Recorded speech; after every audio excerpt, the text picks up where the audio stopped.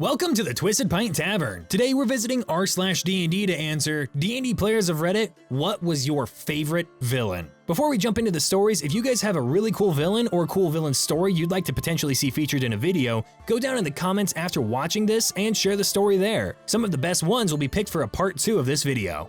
Xanathar was huge fun. The most fun about Xanathar is putting him in front of the players early on, who immediately shit their pants because they're level 4 or even lower, and there's a beholder who is very pissed off at them. And then, within that same conversation, Xanathar forgets who they are and why they're in his bedroom. Xanathar forgets shit immediately. He has the attention span of, well, a goldfish. Xanathar cannot keep a plan together if it was going to save his life. This is why he's hilarious. He's huge and ready to kill you at a moment's notice, but he's also just as likely to ask what you're doing here and if you'd like some coffee. I love villains like this that have a comedy vibe but are also still deadly, so there's a lot of funny moments, but you also always know, hey, this guy could kill me.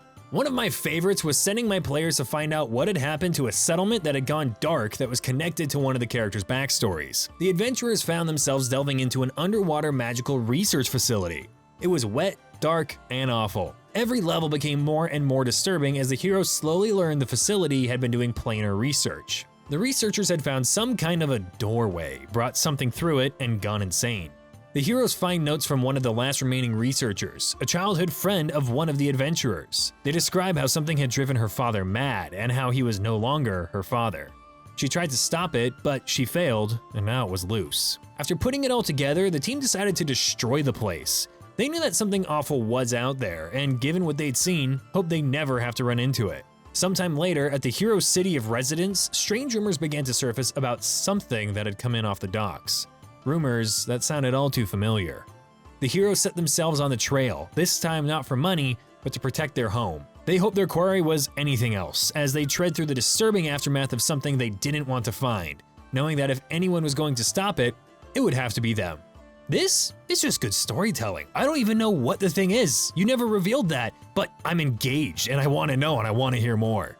Running Lost Mine of Phandelver for my son, I made Ymik, a forgettable stock goblin character in one of the first locations, into this recurring character who is always good for a laugh. He's such an obvious coward, backstabbing bootlicker that will immediately switch sides when the tides have changed. He was so fun to play as, and somehow he survived because of how pathetic he is. My son kept wanting to recruit new characters every chance he got, no matter who or what it was. I played Ymik to be as transparently untrustworthy as possible, that it got my son to actually refuse to have him join the group when given the option. But he kept getting away to fight another day or would conveniently switch sides to fight on the winning side in every encounter he was in.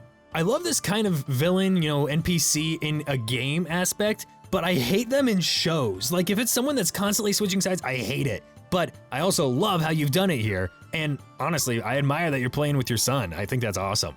My favorite is a were-rat leader of a thieves guild who's an artificer. He wields a thunderstick gun and has a large construct companion. His name is Jameson Hobbs, and his construct is named Calvin. Calvin can only say Hobbs with varying degrees of intonation to reflect the mood. So basically, if Groot read a lot of Calvin and Hobbes, or I guess maybe the other way around. I'm currently working on an Alchemist Villain for the first arc of my future campaign. He's a human and was an apprentice for a master transmutation wizard before he had to stop his apprenticeship to take over his mother's apothecary/herbalist shop. Eventually, he married and had a daughter who became very ill at a young age. His former mentor was working on a more powerful transmuter stone that could potentially restore health, but when the alchemist asked him to help his daughter, the wizard refused because the stone's magic was still unstable and the magic would either A, be only temporary, or B, put her through more pain. Later that night, the alchemist stole the stone and attempted to use it to save his daughter, but it didn't work. The city guards came to his home and arrested him, and he was sent to prison. During his time in prison, he caused a large fire and managed to escape, being presumed dead.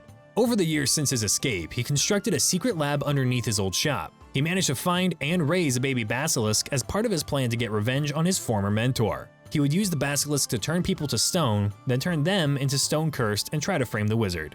While the city is occupied with going after the wizard, the alchemist is safe to find ways to resurrect his now deceased daughter. I like when villains have a reason to be a villain and it's not just, ooh, I'm a bad guy.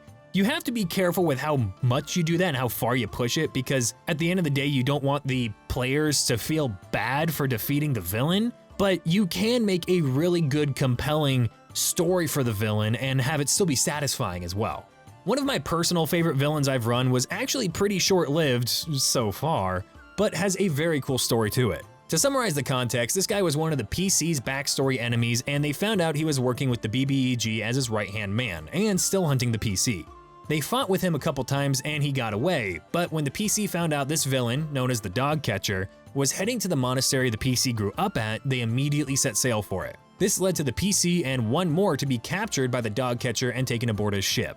If you've been following my other pirate campaign stories, this leads into the epic city attack where the rest of the party went to rescue these two characters. You can click the little card up top here and it'll take you to that video. When aboard the Dogcatcher's ship, they broke free and fought him and his crew while trying to activate a teleportation item to escape, which only half worked and again led to the city raid session. During this fight, the Dogcatcher was defeated and went unconscious. The two PCs, along with other prisoners, had to flee with the teleportation item right after though, as the ship was sinking. They'd seen the Dogcatcher die though, so the job was done.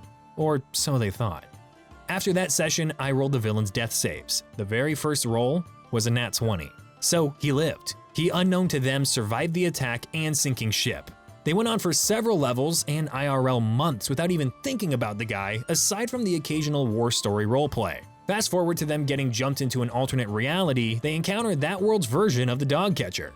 This time though, he was fighting for good and helped the PC and her party get back to their home reality. Quick side context, in the alternate reality, the PCs would periodically take psychic damage since there were two versions of them existing at once. Once their alternates were killed though, this damage stopped. So they get back to their reality and bring the alternate Dogcatcher through with them. The PC has a heartfelt roleplay moment where they offered to let the Dogcatcher stay, as their version of him had already died, and his reality had kinda gone to shit. He says, "Thank you, I would love," and then winces. The table goes silent as they realize what just happened.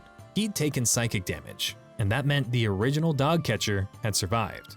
He then jumped back through the rift to his reality in a panic, and now the PC is in denial. In the back of their head, they know the villain is still alive.